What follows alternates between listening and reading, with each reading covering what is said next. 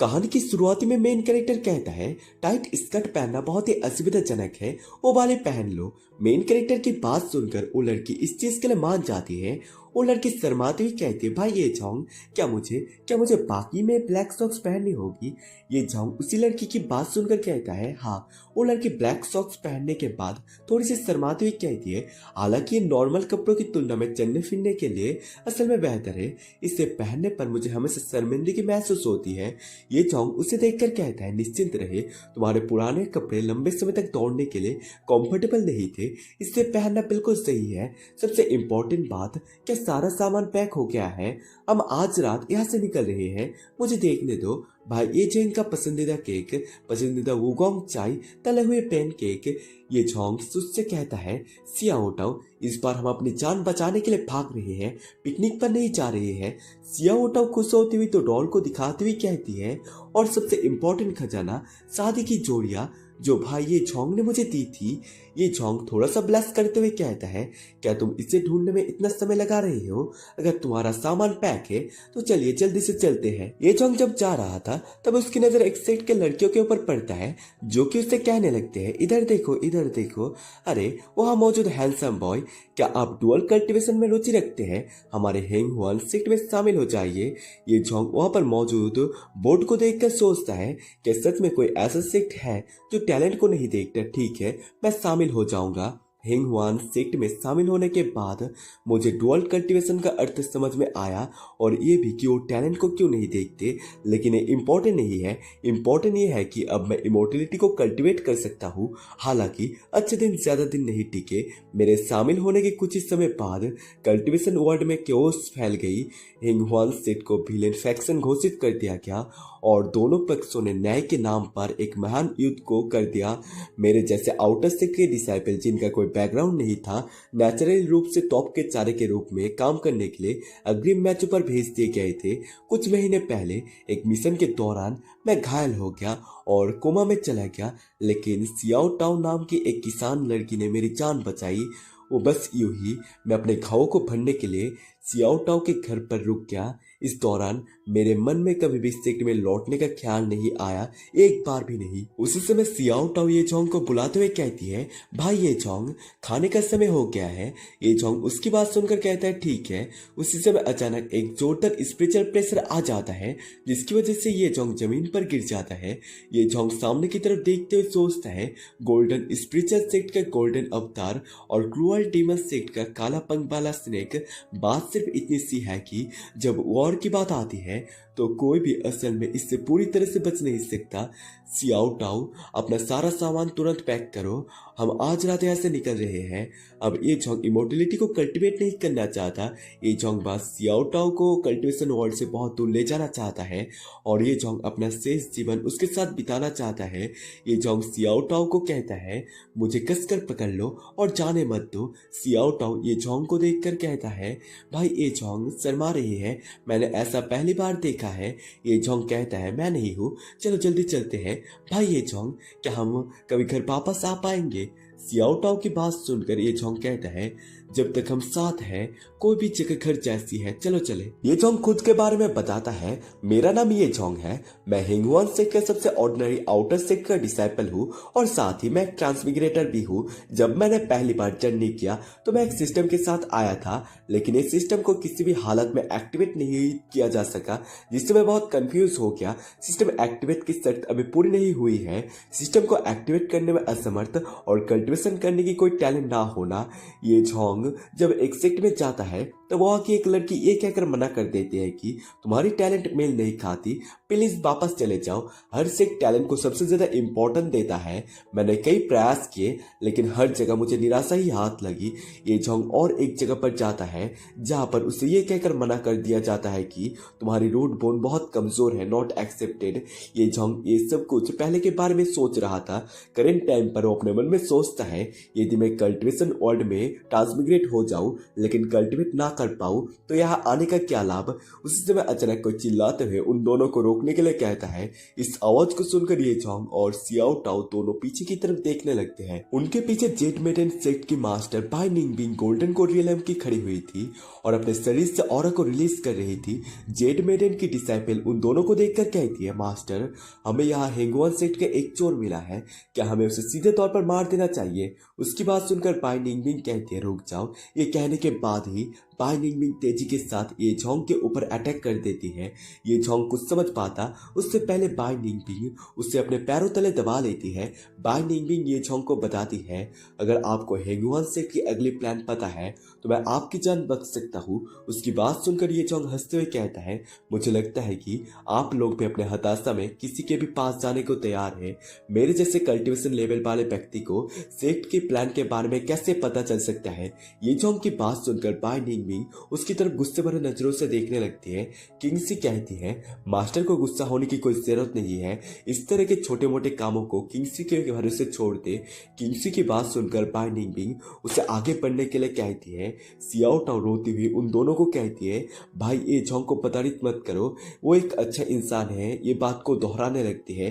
किंगसी घिन भरे नजरों से उन दोनों को देखते हुए कहती है, कितना ज्यादा गहरा प्यार है। ये कहने के बाद ही वो तेजी के साथ जाते हुए अपने तलवार को सियाओ टाओ के पेट के आर पार कर देती है। इस चीज को देखकर ये जोंग के आंख से आंसू आने लगता है। ये जोंग चिल्लाने के अलावा कुछ नहीं कर पाता। वो जैसे तैसे करके रेंगते हुए सियाओ टाओ के करीब जाते हुए कहने लगता है, अरे इस मामले का उससे कोई लेना देना नहीं है, तुमने उसे क्यों मारा। ये कहते हुए ये जोंग रो रहा था। किंगसी हंसते हुए कहती है, हेंगवान सेक्ट के तरीके तो सभी को पता है। हेंगवान सेक्ट से जुड़ी किसी भी महिला को मारना तो बस उसे मारना ही है। मैं तुम्हें एक आखिरी मौका दूंगा, अगर फिर भी तुम नहीं बोलते वो इसके आगे कुछ और बोल पाती। उससे पहले ये जोंग उसके मुंह के ऊपर थूक देता है और गुस्से से फटते हुए कहता है, ये किस तरीके का बेतुका तर्क है। और तो और मुझे पता भी नहीं, लेकिन अगर पता भी होता तो भी मैं तुम्हारे जैसे कुतिया को एक भी शब्द नहीं बताता। ये जोंग की बात सुनकर किंगसी अपने दोनों उंगली को उसके आंखों में घुसा देती है। फिर किंगसी ये जोंग के दोनों आंखों को निकाल लेती है, जिसकी वजह से ये जोंग दर्द के मारे चिल्लाने लगता है। इसके बाद सीन चेंज होकर कुछ देर बाद ये जोंग को दिखाया जाता है, जो जमीन के ऊपर गिरा हुआ राइटियस फैक्शन को गाली दे रहा था। बाई निंगबिंग पीछे मुड़ते हुए कहते, डिसाइपल याद रखो, जब तक हम डीमन को मार सकते हैं और बुराई का सफाया कर सकते हैं, तब तक हमें कभी कभी प्रयास करनी होगी। बाई निंगबिंग की बात सुनकर किंगसी समझ जाती है। इसके बाद किंगसी और एक लड़की दोनों मिलकर ये जोंग को मारने लगती है। किंगसी उसे मारते हुए कहती है, मर जा तू निकम्मा कचरा। ये जोंग दर्द के मारे चिल्ला रहा था। ये जोंग मरते हुए कहता है, बाई निंगबिंग सेंट किंगसी, यदि नेक्स्ट लाइफ है तो मैं तुम में से किसी को भी नहीं छोड़ूंगा। उसी समय सिस्टम की तरफ से नोटिफिकेशन आता है, डिंग, होस्ट के तीव्र जुनून का पता चला है, सिस्टम एक्टिवेट होने वाला है। पता चला है कि होस्ट मरने वाला है। Error error, system repairing. इसके बाद सीन शिफ्ट होकर हेंगवान सेक्ट का फ्रंट लाइन को दिखाया जाता है। उसी जगह पर एक घर के अंदर ये जोंग का आंख खुलता है। ये जोंग आसपास को देखकर सोचता है कि मैं पहले ही मर नहीं चुका था, ये जगह कहाँ है। उसी समय कोई ये जोंग को कहता है, छोटे भाई तुम जाग गए हो। ये आवाज को सुनकर ये जोंग चौंक जाता है। पिंक बालों वाली लड़की कहती है, अच्छा हुआ कि तुम जाग गए, बिल्कुल सही समय पर बड़ी बहन की हेंगवान टेक्निक आजमाने के लिए। पिंक बालों वाली लड़की अपने उसी जगह के कपड़े को उठाते हुए कहती है, छोटे भाई ये जब तुम फटे पुराने कपड़े में फ्रंट पर लेटे हुए थे तो मुझे लगा कि तुम मर चुके हो। मुझे उम्मीद नहीं थी कि तुम इतनी जल्दी जाग जाओगे। सीनियर सिस्टर को तुम्हारी मदद करने दो, वो जांच कर ले कि कहीं कोई अंदरूनी चोट तो नहीं है। ये जेंग पिंक बालों वाली लड़की की बात सुनकर सोचता है, ये हेंगवान सेक्ट की सीनियर सिस्टर फेंग किंगविन है। वो यंग है लेकिन अपने तरीके में रूटलेस है। उनके साथ डुअल कल्टीवेशन करना मानो मरने के समान है। इतनी कम उम्र में ही वो क्यों कॉन्वर्सेशन के दूसरे लेवल पर पहुंच चुकी है। ये जोंग फेंग किंगविन की कपड़े को नीचे करते हुए शर्माते हुए कहता है, सीनियर सिस्टर फेंग जल्दी मत कीजिए, क्या तुम मुझे बता सकती हो कि वॉर की सिचुएशन अभी कैसी है। फेंग किंगविन कहती है, ये नेचुरली एक बड़ी जीत है। क्या लिटिल ब्रदर को अभी तक पता नहीं चला है। कल छुपकर हमला करने वाले बाई निंगबिंग को हमारे हेंगवान सेक्ट के मास्टर ने पहले हरा दिया है। अटैक करने वाले जेड मेडन सेक्ट का पूरी तरीके से सफाया कर दिया गया और अनगिनत मैजिकल आर्टिफैक्ट, मेडिसिन, पिल और स्पिरिचुअल हर्ब सीज कर ली गई। बाई निंगमिंग भी बुरी तरीके घायल हो गई थी और सेट के मुखिया ने उसे एक घाटी में फंसा लिया था। ये जोंग हैरान होते हुए पूछता है, क्या जेड मेडन से डिफीट हो गया? मैं मरा क्यों नहीं? इतनी गंभीर चोटों के साथ मुझे किसी भी हालत में मर जाना चाहिए था। ये जोंग ये सब कुछ कहते हुए अपने दांत को पीसने लगता है। ये जोंग वहां से दौड़ के जाते हुए बोलने लगता है, क्योंकि बाई निंगमिंग पहले ही बुरी तरीके से घायल है, इसलिए मैं उसे पर्सनली जाके खत्म करूंगा। उसी समय अचानक फैंग किंगयुन ये जोंग को पीछे से पकड़ लेती है और कहने लगती है, छोटे भाई भागने की सोचो मत। मैंने अभी तक तुमसे अपनी कल्टिवेशन टेक्निक के बारे में पूरी तरीके से बात नहीं की है। चिंता मत करो छोटे भाई, तुम्हें कोई दर्द नहीं होगा।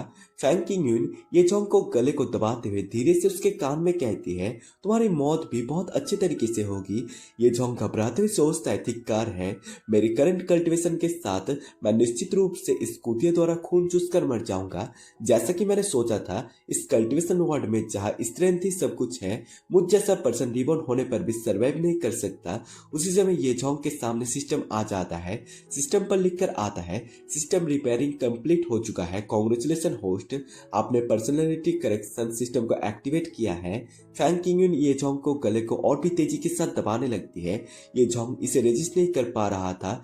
ये जोंग अपने मन में सिस्टम का नाम लेता है। उसी समय सिस्टम पर लिखकर आता है, ये सिस्टम एक हार्मोनियस कल्टिवेशन सोसाइटी को निर्माण के लिए डेडिकेटेड है। ये सिस्टम होस्ट को 100% हेट करने वाले किसी भी पर्सन को फोर्सली सुधार करेंगी और इस प्रोसेस के दौरान सिस्टम द्वारा रिवॉर्ड मिलेगा। फैंग किंगयुन ये जोंग को धक्का देते हुए नीचे गिरा देती है, फिर धीरे धीरे उसके ऊपर आते हुए एक्साइटेड होते हुए पूछती है, तुम रजिस्ट क्यों नहीं कर रहे हो? उसी समय सिस्टम पर फैंग किंगयुन के बारे में सारे डिटेल्स लिखकर आ जाता है, उसका नाम, उम्र, फिलाना ढमकाना सब कुछ। फैंग किंगयुन और भी ज्यादा एक्साइटेड होते हुए कहती है, बिल्कुल, जूनियर ब्रदर भी बड़ी बहन के साथ बड़ा होना चाहते हैं। ये कहने के बाद फैंग किंगयुन ये जोंग के टूटने को पकड़ लेती है। ये जोंग पूछता है, क्यों घटिया सिस्टम इतनी देर से क्यों आया? ये जोंग ये सब कुछ गुस्से से कहने लगता है। उसी समय सिस्टम के अंदर से कुछ चेन आकर फैंग किंगयुन को जकड़ लेती है। फैंग किंगयुन इन चेनों को देखकर चौंक जाती है। फैंग किंगयुन सिस्टम के अंदर खींची जाने लगती है। इसे देखकर फैंग किंगयुन चिल्लाते हुए पूछती है, ये कैसा कल्टिवेशन टेक्निक है? फैंग किंगयुन रोते हुए इसे रोकने के लिए कहती है, लेकिन कुछ नहीं कर पाती और उसी सिस्टम के अंदर चली जाती है। ये जोंग कहता है, अगर ये चीज थोड़ी देर पहले आई होती तो शायद। ये कहने के बाद और रुक जाता है और अपने दांत को पीसने लगता है। ये जोंग भी एक गेट के अंदर से सिस्टम के अंदर चला जाता है। इसके बाद सीन चेंज होकर हमें सिस्टम के अंदर दिखाया जाता है।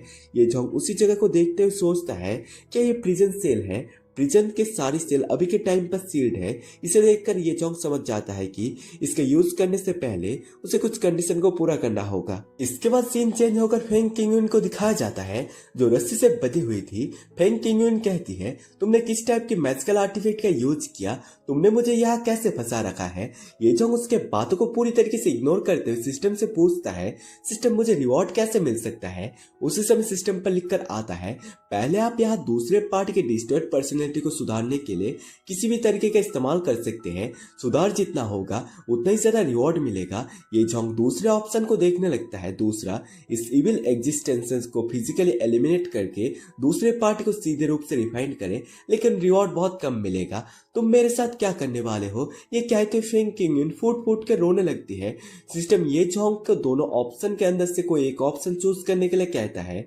ये जोंग दोनों ऑप्शन को देखते हुए कहता है, फोर्सफुली रिफॉर्मेशन और डायरेक्ट रिफाइनमेंट से क्या रिवॉर्ड ऑब्टेन किया जा सकते हैं? सिस्टम बताता है, डायरेक्ट रिफाइनमेंट की मदद से होस्ट के रियलम को बॉडी फॉर्गिंग के 6 लेवल तक बढ़ाया जा सकता है और आपको the art of the invited phoenix नामक कल्टिवेशन टेक्निक ऑब्टेन होगी।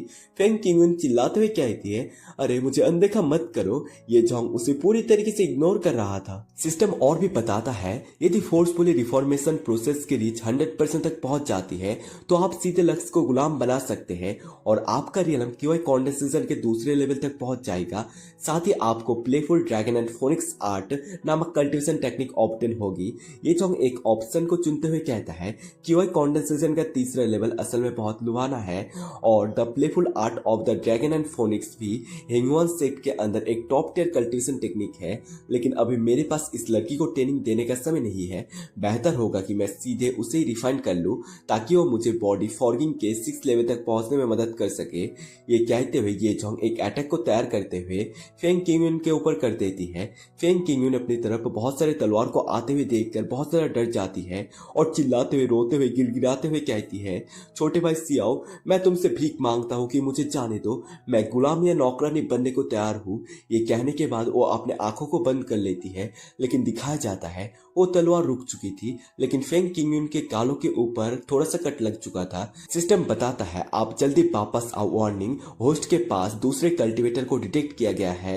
होस्ट को ऑटोमेटिकली रियलिटी में वापस भेजा जा रहा है। ये जो वहां से जाते हुए कहता है, ये सोचकर हैरानी होती है कि कोई ऐसे भी समय में मदद के लिए आएगा। इसके बाद ये जोंग वहां से चला जाता है, जिसके बाद स्पिरिचुअल ऑरा से बनी हुई सारे तलवार गायब हो जाते हैं। फेंग किंगयुन कपकपाती हुई डरते हुए कहती है, आखिरकार मैं बच गया। उसी समय सिस्टम कहता है, फेंग किंगयुन रिफॉर्मेशन प्रोसेस 50% हो गई है। रियलिटी के अंदर एक बंदा दरवाजा में लात मारते हुए अंदर आते हुए कहता है, समय क्या हुआ है और क्या तुम अभी भी डुअल कल्टीवेशन करना चाहते हो? क्या तुम्हें नहीं पता कि फ्रंट पर सोल्जर की कमी है? यहाँ तुम्हारे जैसे हैंडसम बॉय ही क्यों है? फेंग किंगयुन कहा है। ये जोंग उस लड़की की बात सुनकर कहता है, ओ ऐसा लगता है कि उसे एकांत कल्टीवेशन के लिए एक जगह मिल गई है।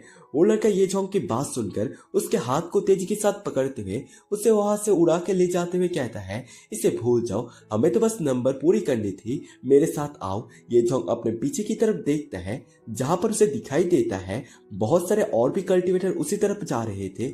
इसे देखकर ये जोंग उससे पूछता है, क्या मैं तुमसे पूछ सकता हूँ कि तुम्हें मुझसे क्या करवाना है? वो बंदा कहता है, क्या तुम्हें पूछने की भी जरूरत है? जाहिर है इसका मकसद जेड मेडन सेक्ट के मास्टर बाइनिंग विंग को बंदी बनाना है। कल रात सेक्ट के मास्टर ने आक्रमणकारी जेड मेडन सेक्ट के ज्यादातर डिसाइपल को मार डाला और आज बाइनिंग विंग एक गुफा में घिरी हुई है।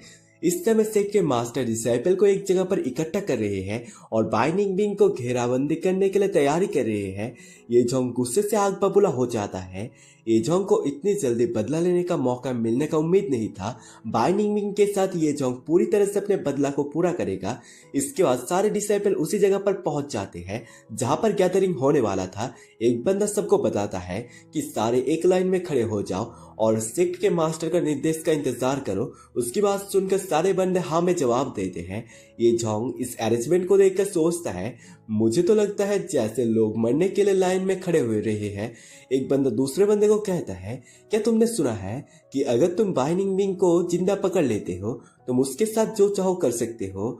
उसकी बात सुनकर दूसरा बंदा कहता है, मैं तो ठीक इसी के लिए आया था, आखिर वो जेड मेडन सेक्ट की नंबर 1 सुंदरी है। उन दोनों की बातचीत को सुनकर ये जोंग सोचता है, मूर्खों का झुंड, अगर सच में ऐसी कोई अच्छी बात चीज होती तो आउटर सेक्ट के डिसाइपल जैसे तुम की बारी आती ही नहीं। उस समय सिस्टम कहता है, फेंग किंगयुन के रिफॉर्मेशन का 50% पूरा करने के लिए होस्ट को बधाई। ये चीज होने की वजह से ये जोंग का लेवल अप हो जाता है और वो बॉडी फॉर्गिंग के 5th लेवल पर पहुंच जाता है। ये जोंग की लेवल अप होते हुए देखकर एक डिसाइपल चौंकते हुए कहता है, दरअसल भाई बैटल से ठीक पहले ब्रेक तो करने में कामयाब हो गया था। ये जोंग कहता है, बाइनिंग विंग को जिंदा पकड़ने के बारे में सोचकर ही मेरी उत्तेजना बेकाबू हो जाती है। ये जोंग ये सोच रहा था कि उसने फेंग किंगयुन के साथ कुछ भी नहीं किया, फिर रिफॉर्म प्रोसेस 50% कैसे पूरी होगी। उसी समय पर सेक्ट के एल्डर आते हुए सभी को कहता है, सभी लोग शांत हो जाओ, सेक्ट के मास्टर सियाओ आने वाले हैं, हम रेस्पेक्टफुली उन्हें वेलकम करेंगे।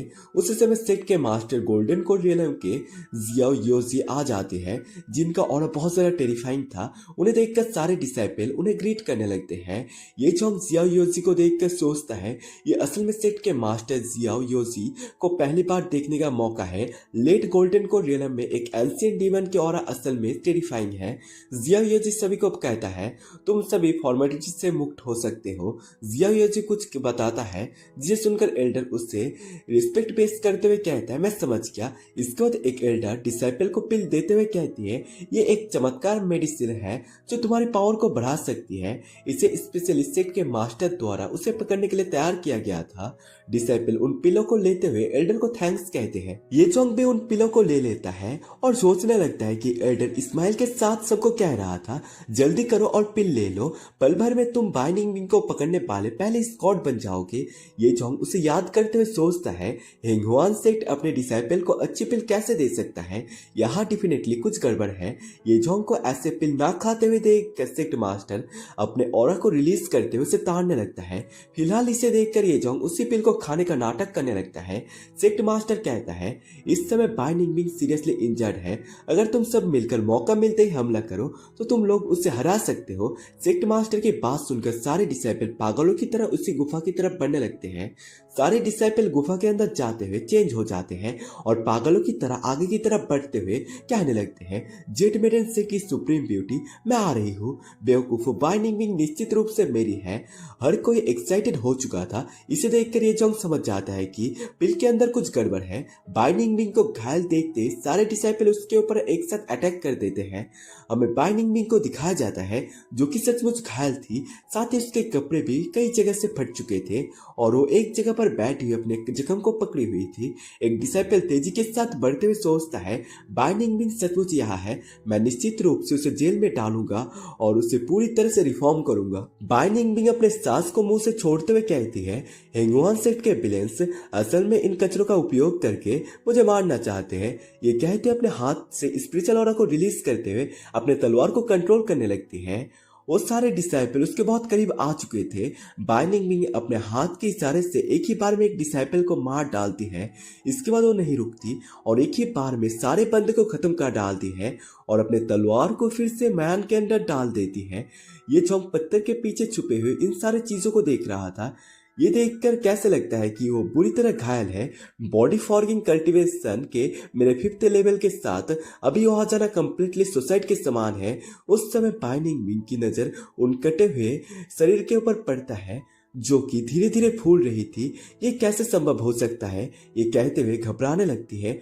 कुछ और कह पाती इससे पहले उस जगह पर खतरनाक ब्लास्ट होता है। बाइनिंग विंग अपने घुटनों के बल गिर जाती है और अपने सर को पकड़ते हुए कहती है, लाशें कैसे फट सकती है। बाइनिंग विंग को यह धुंध कुछ ठीक नहीं लग रहा था। गुफा के बाहर एल्डर सेक्ट मास्टर को कहता है, उन तोप के चारे के समान माने जाने वाले सोल्जर द्वारा निकली गई लाश विस्फोट की गोलियां असल में काम कर जानी चाहिए थी। क्या हमें अंदर जाकर जांच समेट लेना चाहिए। एल्डर की बात सुनकर सेक्ट मास्टर कहता है, कोई जल्दबाजी नहीं है।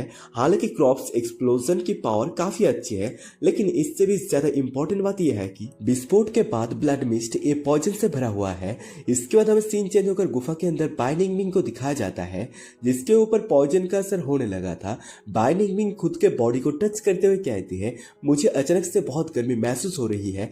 इसके बाद हमें ये जोंग को दिखाया जाता है जो कि खून थूकते हुए अपने आसपास को देखकर सोचता है, ये एलेक्जर न केवल क्रॉप्स को विस्फोट कर देता है बल्कि इसमें घातक पॉइजन भी मौजूद है। हेंगुआन सेट के हाई रैंकिंग ऑफिसर सचमुच दरिंदे हैं।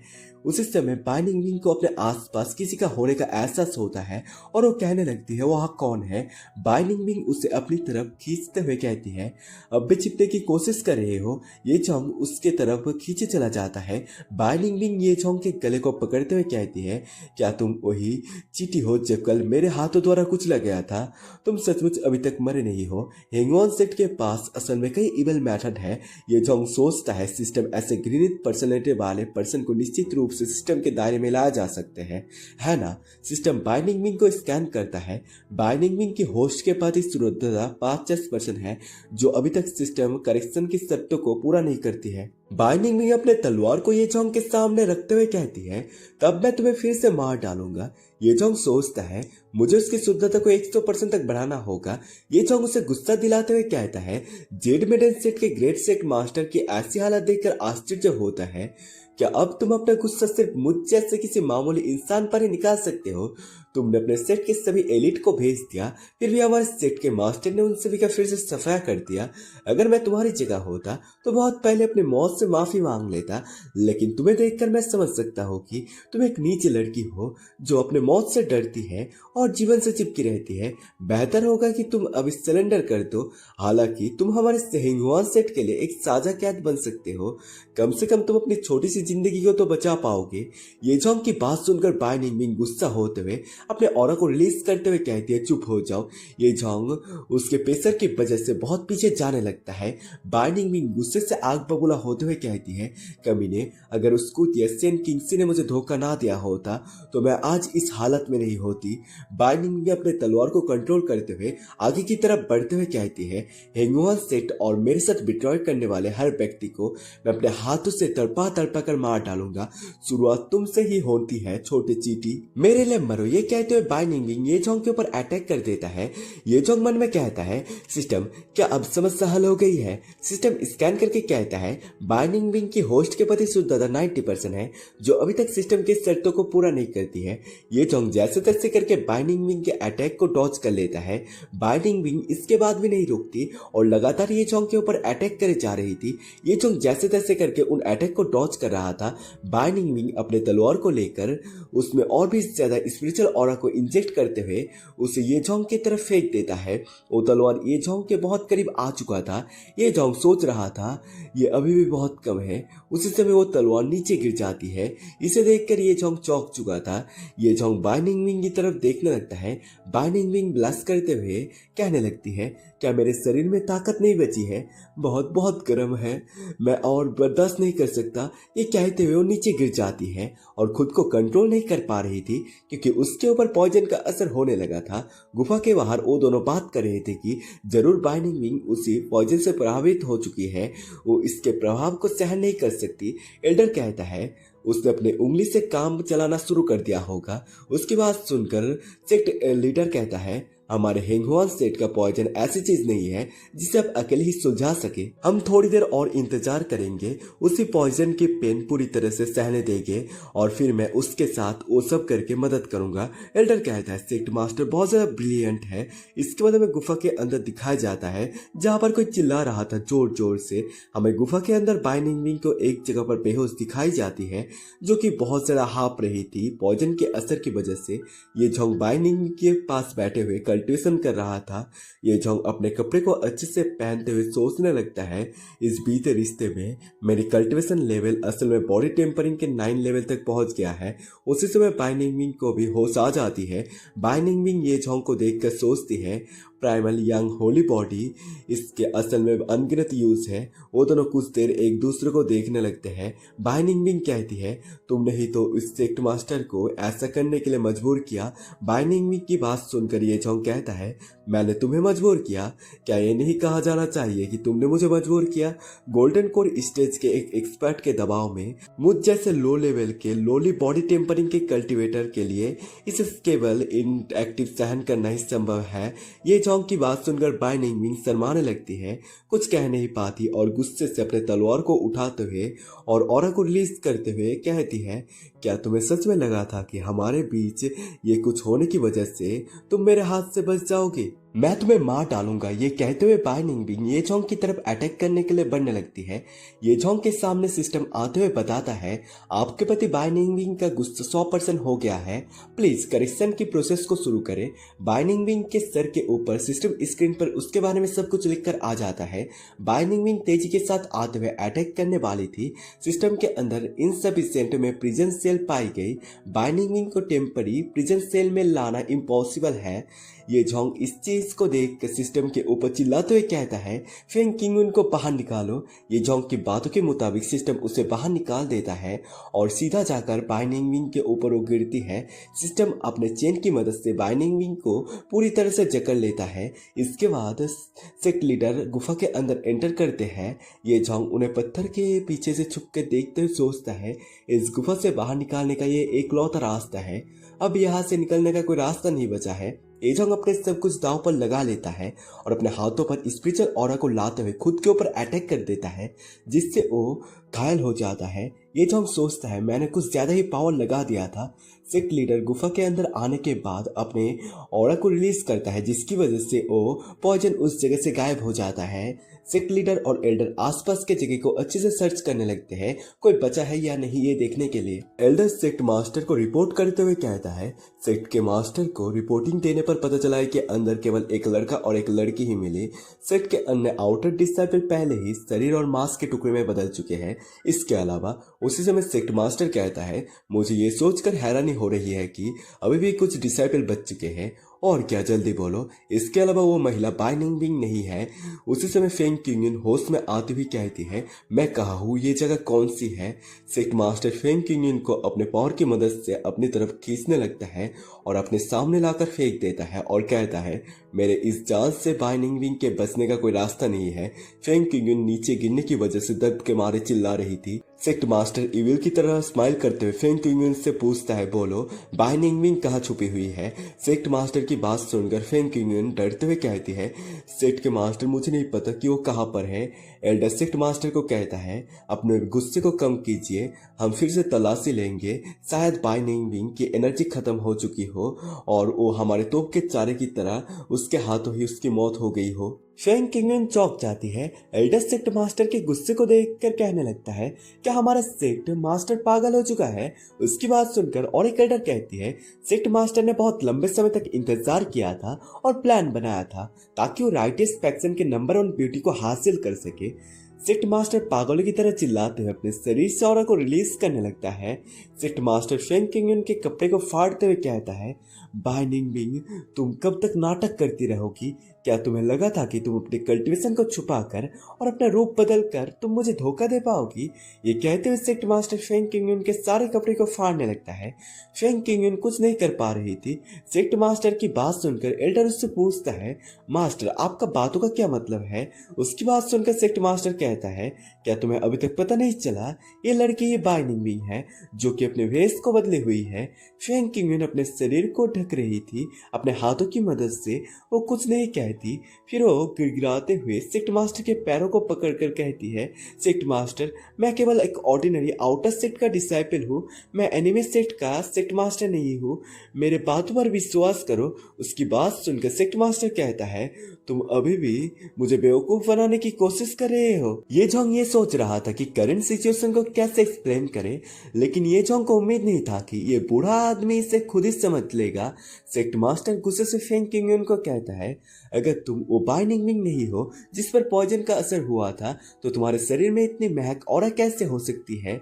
सेक्ट मास्टर की बात सुनकर फेंग क्यूंगन एक्सप्लेन करते हुए कहती है मेरे अंदर बस एक इंचाइमेंट ऑरा है जो कि नॉर्मली हमारे सेक्ट के डुअल कल्टीवेशन मेथड से आती है।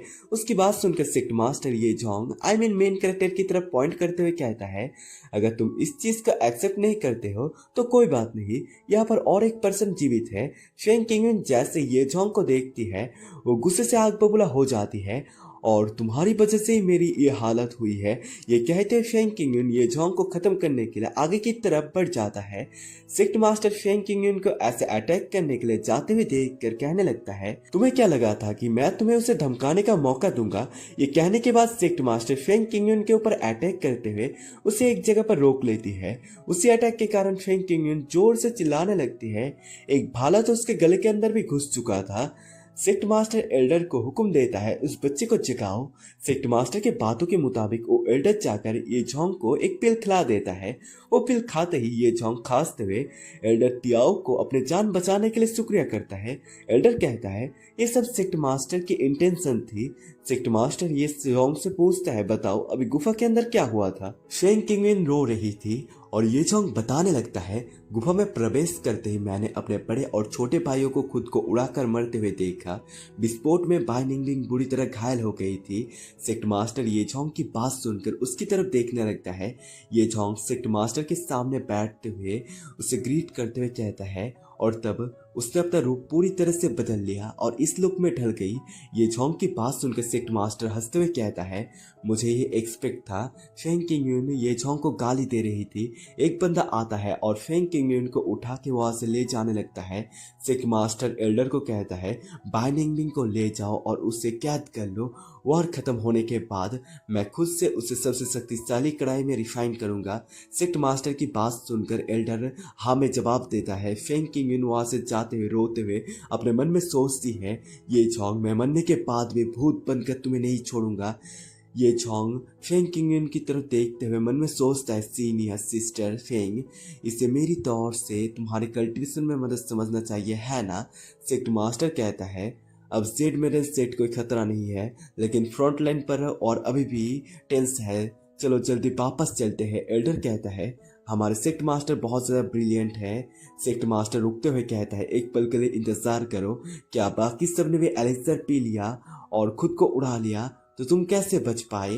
सेक्ट मास्टर की बात सुनकर ये जोंग घबरा जाता है। ये जोंग जानता था कि घुर फिर कर शक उसके ऊपर ही आएगा। ये जोंग को कोई उपाय ढूंढना होगा इससे बच निकलने के लिए। सेक्ट मास्टर ये जोंग के ऊपर प्रेशर को लगाने लगता है, जिसे देखकर ये जोंग एक्सप्लेन करते हुए कहता है, मुझे भी इसके बारे में ठीक से समझ नहीं आया। उसी एलेक्सर को पीने के बाद मुझे मेरे पेट के निचले हिस्से में सूजन और दर्द महसूस हुआ। फिर मैं बाई निंगमिंग को अटैक से हवा में उड़ गया और बेहोशी की हालत में मेरी ताकत तेजी के साथ बढ़ गई। सेक्ट मास्टर के कान में धीरे से बताता है, ये बच्चा यहाँ आने से पहले बॉडी टेम्परिंग के केवल 3rd लेवल पर था, लेकिन अब वो 9th लेवल पर पहुंच गया है। शायद उसके पास स्पेशल ड्रग रेजिस्टेंस वाली कोई फिजिक्स है। उसकी बात सुनकर सेक्ट मास्टर कहता है, लकीली एल्केमी हॉल से एक ड्रग टेस्ट करने वाला लड़का गायब है। सेक्ट मास्टर और एल्डर ये जोंग की तरफ देखते हैं और बहुत ही ज्यादा इविल तरीके से हंसने लगते हैं, जिसे देखकर ये जोंग थोड़ा सा डर चुका था। उसी समय एल्डर ये जोंग के कंधे के ऊपर हाथ रखते हुए हंसते हुए कहता है, आज से तुम मेरे पर्सनल डिसाइपल हो। इस बात को सुनकर ये जोंग शॉक हो चुका था। ये जोंग उनके सामने बो डाउन करते हुए कहता है, हेंगवान सेट के मास्टर और एल्डर हूँ, आपका बहुत बहुत धन्यवाद। मैं ये जोंग हेंगवान सेट के लिए अपनी जान की बाजी लगाकर अपनी अंतिम सांस तक लड़ूंगा। एल्डर ये जोंग को खड़े होने के लिए कहता है। सेक्ट मास्टर वहां से जाते हुए कहता है, फ्रंट लाइन पर बहुत ज्यादा तनाव है, चलो जल्दी वापस चलते हैं। एल्डर उसे अपने हाथ देता है जिससे कि वो उठ पाए। ये जोंग को नहीं पता था कि वो दोनों बुड्ढे किस तरह की प्लानिंग बना रहे हैं, लेकिन खुद का जान बचाना ये जोंग का फर्स्ट प्रायोरिटी है। सेक्ट मास्टर सबसे पहले जाने लगता है और एल्डर ये जोंग मेन कैरेक्टर को अपने स्वॉर्ड में बैठाकर वहां से रवाना हो जाता है। इसके बाद सीन चेंज होकर फ्रंटलाइन के एल्केमी हॉल को दिखाया जाता है, जहाँ पर एल्डर और ये जोंग आ जाते हैं। एल्डर कहता है, अब जबकि तुम मेरे पर्सनल डिसाइपल हो तो तुम्हारे मास्टर के पास एक ऐसा केस है जिसे तुम अभी हैंडल कर सकते हो। ये जोंग समझ जाता है कि इस बुढ़े आदमी के इरादे वाकई में बहुत ज्यादा बुरे हैं।